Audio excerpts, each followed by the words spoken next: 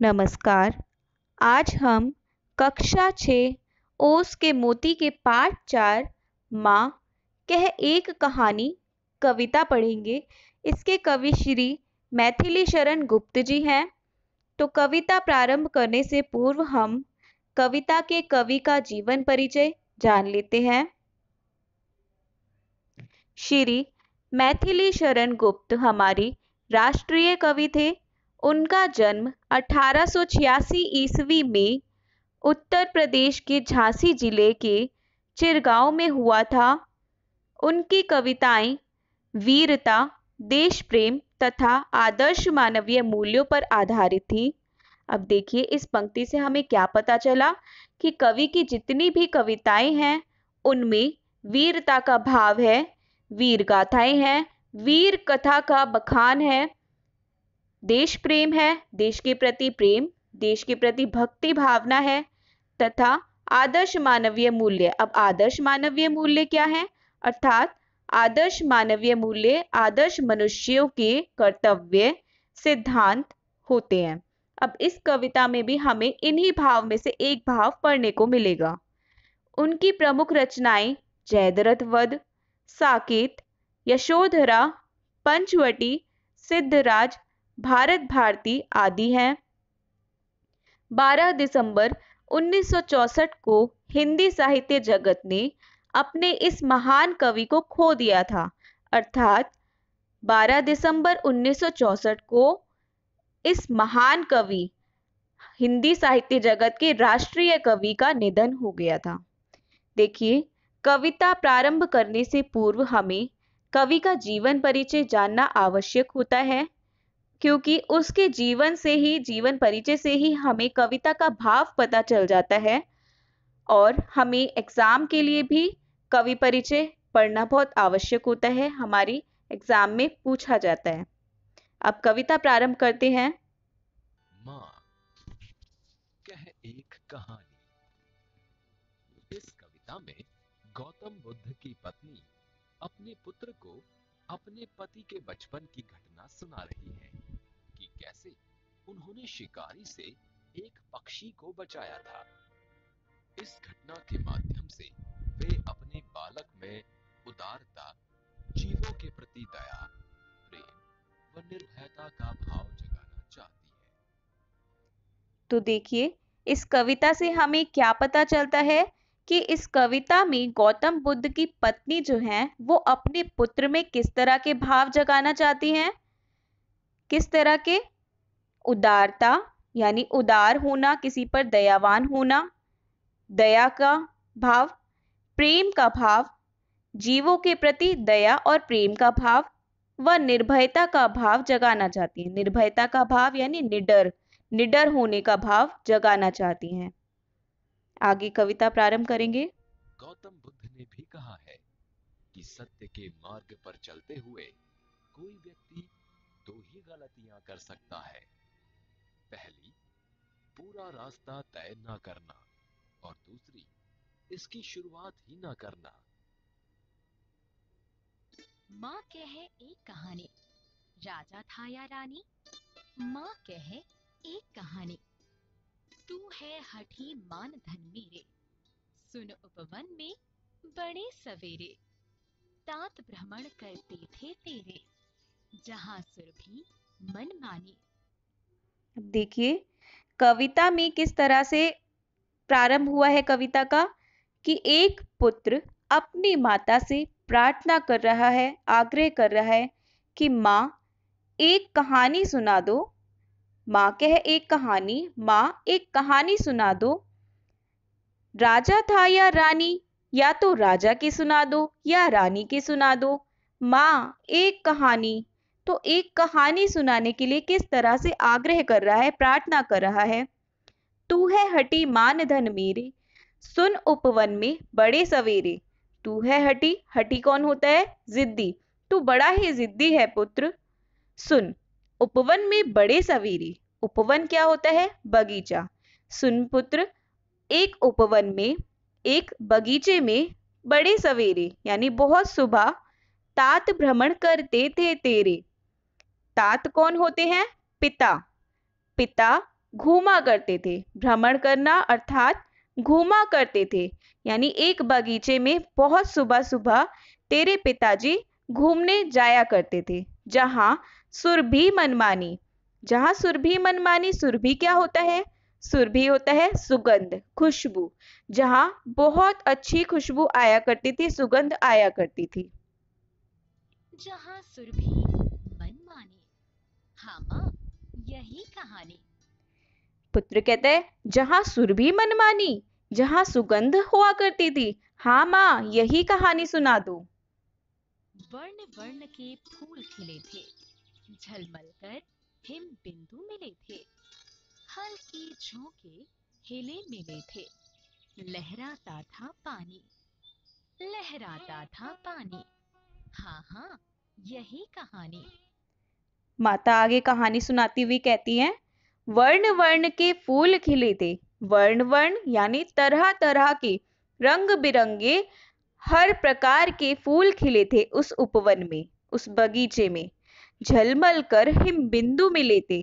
झलमल कर हिम बिंदु मिले थे यानी वहां पर उन फूलों पर ओस के बूंदे भी गिरा करती थी। झलमल कर यानी कि बहुत ही थोड़ी थोड़ी सी जो बूंदे होती हैं, ओस की जो बूंदे होती हैं, वो जब एक पुष्प पर गिरती थी तो वो पुष्प जैसे और भी ज्यादा अपनी सुंदरता बिखेर देता था। हल्के झोंके हिले मिले थे। हल्के झोंके हिले मिले थे यानी और हल्की सी जो हवा चलती थी, शीतल हवा, वो फूलों को और भी ज्यादा खूबसूरत कर देती थी, सुंदर कर देती थी उसको। लहराता था पानी, और उस बगीचे में पानी भी लहराता था। बहुत शुद्ध वातावरण था और उसमें पानी भी लहराता हुआ सा, जैसे सुबह का वातावरण और भी सुंदर बनाने के लिए ये सारी की सारी प्रकृति जो है एक हो गई है। लहराता था पानी। पुत्र कहते हैं लहराता था जहां पानी। हाँ हाँ, यही कहानी सुनाओ माँ। गाते थे खग सुमधुर स्वर में, सहसा एक हंस ऊपर से गिरा बिद्ध होकर खरशर से। हुई पक्षी की हानि, हुई पक्षी की हानि, करुणा भरी कहानी। तो क्या हुआ था? गाते थे खग सुमधुर स्वर में। गाते थे, खग कौन होते हैं? पक्षी, यानी कि उस बगीचे में पक्षी गीत गाया करते थे सुमधुर स्वर में। सुमधुर स्वर यानी मीठे स्वर में, बहुत ही मीठे स्वर में, उनकी ध्वनियां बहुत ही मधुर होती थी। उस मधुर ध्वनि में, मधुर स्वर में वो गीत गाया करते थे उस बगीचे में पक्षी। सहसा एक हंस ऊपर से। अब अचानक से क्या हुआ? एक हंस ऊपर से आकर गिरा। गिरा बिद्ध होकर खरशर से। बिद्ध होकर यानी कि घायल होकर के, बिद्ध होकर, बिंध कर यानी कि घायल पक्षी एक ऊपर से आया। कौन था वो पक्षी? हंस। और नीचे आकर के गिरा खरशर से। खर यानी तेज धार वाले, शर यानी बाण से। बाण से घायल होकर के वो ऊपर से नीचे आकर के गिरा था। हुई पक्षी की हानि। पक्षी की हानि हुई यानी उस हंस की हार हो गई और वो गिर गया, क्योंकि वो शिकारी का शिकार हो गया था। उसको तेज धार वाला बाण लगा था और वो उस बाण से घायल होकर चोट लगने के कारण ऊपर से आकर के नीचे गिरा। हुई पक्षी की हानि, करुणा भरी कहानी। पुत्र कहता है पक्षी की हानि हुई माँ, बहुत दुख भरी कहानी है ये तो। शौक उन्होंने उसे उठाया, नया जन्म सा उसने पाया, इतने में आहेतक आया, लक्ष्य सिद्धि का मानी, लक्ष्य सिद्धि का मानी, कोमल कठिन कहानी। अब क्या हुआ यहाँ पे? चौक उन्होंने उसे उठाया। उन्होंने कौन है यहाँ पर? गौतम बुद्ध, जिनकी कहानी उनकी पत्नी अपने पुत्र को सुना रही है। तो चौक उन्होंने उसे उठाया। किसे उठाया? जो घायल पक्षी यानी घायल हंस जो नीचे आकर के गिरा था। तो गौतम बुद्ध ने उस पक्षी को उठाया, नया जन्म सा उसने पाया। अब उस पक्षी को जैसे एक नया जीवन मिला हो, क्योंकि उसको जब शिकारी ने बाण मारा था तेज धार वाला, तो उसके बाद तो उसकी मृत्यु हो ही जानी थी अगर उसे कोई उठाता नहीं तो। पर यहाँ पर किसने उठाया? गौतम बुद्ध ने उसको, उस पक्षी को उठाया। इतने में आखेटक आया। अब आखेटक आया, आखेटक कौन है? जिसने उस पक्षी को मारा है, शिकारी है वह, ठीक है। वो आखेटक यानी शिकारी आया, लक्ष्य सिद्धि का मानी, जिसने उस हंस पर अपना लक्ष्य बना करके उसको घायल किया था, उस पर अपना बाण मारा था, वह आ गया। यहाँ पे नया जन्म उसने गौतम बुद्ध की के पास आकर के अपना पाया था, लेकिन अब क्या? शिकारी आ गया जिसने उस पक्षी को मारा था, उस पक्षी पर अपना लक्ष्य बना करके उस पर बाण चलाया था। कोमल कठिन कहानी। पुत्र कहता है बड़ी ही कोमल और कठिन कहानी है, क्योंकि एक तरफ यहाँ पर कौन है? गौतम बुद्ध, जिन्होंने उस पक्षी को जान बचाने के लिए उसको उठाया था, उसको नया जीवन दिया। ये कोमल भी हुआ। और कठिन कैसे हुआ? क्योंकि वो आखेटक भी आ गया जिसने उस पक्षी को घायल किया था। तो बड़ी कठिन कहानी भी है ये। मांगा उसने आहत पक्षी, तेरे तात किंतु थे रक्षी। तब उसने जो था खगभक्षी, हठ करने की ठानी, हठ करने की ठानी। अब बढ़ चली कहानी। तो देखिए क्या हुआ। मांगा उसने आहत पक्षी, जो शिकारी आया था उसने उस आहत पक्षी यानी उस घायल पक्षी को मांगा, क्योंकि घायल किसने किया था? उस शिकारी ने किया था। तो शिकारी को लगता था कि उसने अगर उस पे अपना लक्ष्य बना करके उसको मारा है तो वो पक्षी किसका हुआ? उस शिकारी का। तो उसने गौतम बुद्ध से कहा वो पक्षी मुझे दो। तेरे तात किंतु थे रक्षी, तेरे तात यानी तेरे पिताजी जो है वो फिर भी रक्षक थे, तो वो क्यों देंगे उसको पक्षी, है ना। तेरे तात किंतु थे रक्षी, पर तेरे तात यानी तेरे पिता जो थे वो रक्षक थे उस पक्षी के। तब उसने जो था खगभक्षी, हट करने की ठानी।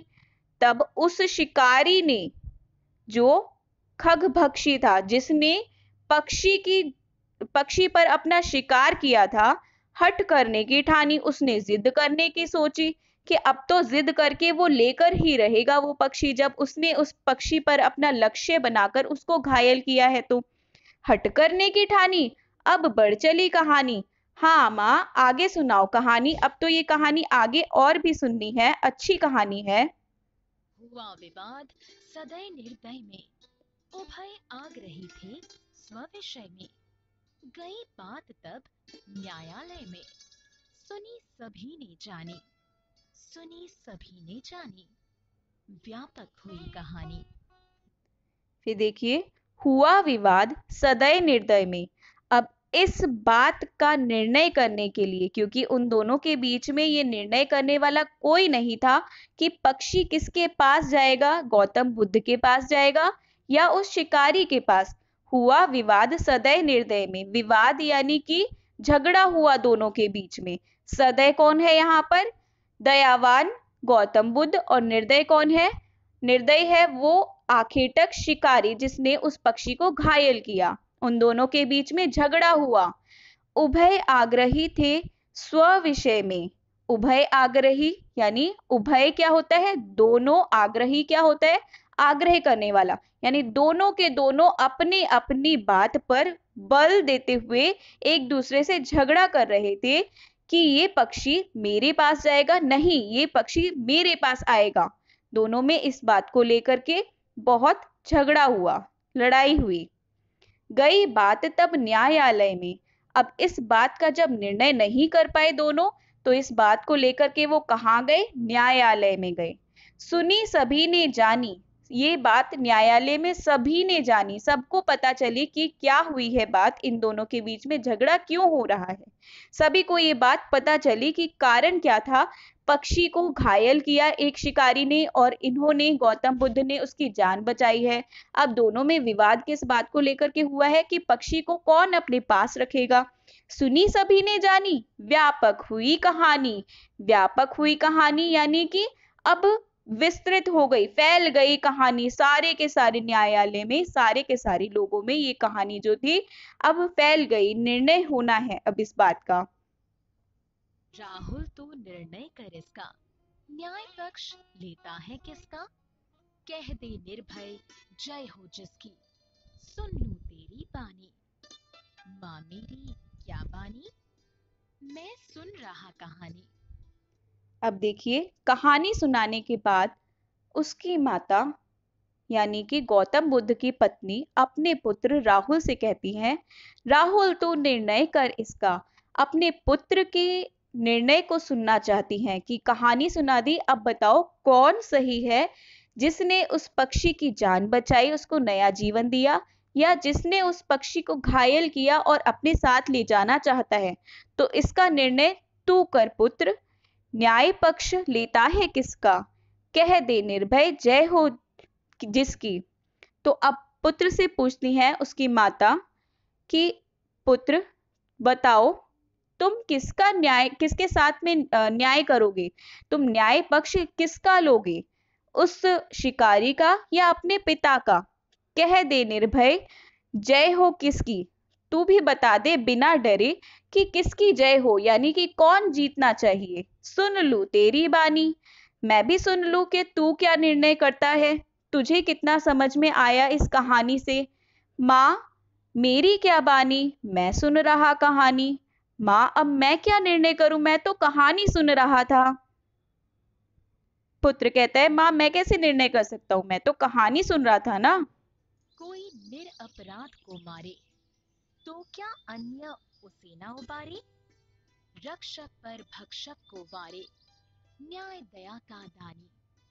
न्याय दया का दानी, तूने गुनी कहानी। फिर पुत्र कहता है, कोई निरपराध को मारे। कोई निरपराध को मारे यानी कि जिसने कोई अपराध किया ही नहीं, जो निर्दोष था। निर्दोष कौन है? वो पक्षी, हंस। उसने क्या किसी का कुछ बिगाड़ा था? नहीं। फिर कोई अगर उसको मारे तो क्या अन्य उसे ना उबारे? अब कोई उसे बचाने भी ना आए? बचाने वाला भी तो होना चाहिए। जब निर्दोष को कोई मारने आ रहा है तो यहाँ पर एक पक्ष बचाने वाला भी होना चाहिए, तो उसे बचाने के लिए भी कोई आएगा। रक्षक पर भक्षक को वारे, तो यानी पुत्र कहता है कि माता रक्षक पर भक्षक को वारे। भक्षक कौन है यहाँ पर? शिकारी। तो रक्षक कौन है यहाँ पर? उसके पिता। तो रक्षक पर भक्षक को वारे, न्याय दया का दानी। तो रक्षक जो है उसको जीतना चाहिए भक्षक से, क्योंकि उसने उस पक्षी के साथ न्याय किया है, उस पे दया दिखाई है और उसे दया का दान देकर के उसे एक नया जीवन दिया है। तो रक्षक की विजय होनी चाहिए, भक्षक की विजय नहीं होनी चाहिए। न्याय दया का दानी, तूने गुनी कहानी। माता बड़ी प्रसन्न होती है, वो कहती है अपने पुत्र से, न्याय दया का दानी, यानी कि न्याय दया और दानी को मिलनी चाहिए। न्याय, न्याय जो है यानी न्याय किसको मिलना चाहिए? दया, और दया का दानी जिसने दया दिखाई है उस पक्षी पर। तूने गुनी कहानी, तूने तो बहुत अच्छी से समझी है कहानी, तूने कहानी का महत्व समझा, तूने उस कहानी को जाना जिसमें एक पक्षी की जान बचाई गई है। तो इसलिए तूने जब न्याय दया का दानी यानी दया दिखाई है, दानी पर न्याय किया है उसके साथ में, तो तूने तो कहानी अच्छी से समझी है। माँ बहुत प्रसन्न होती है।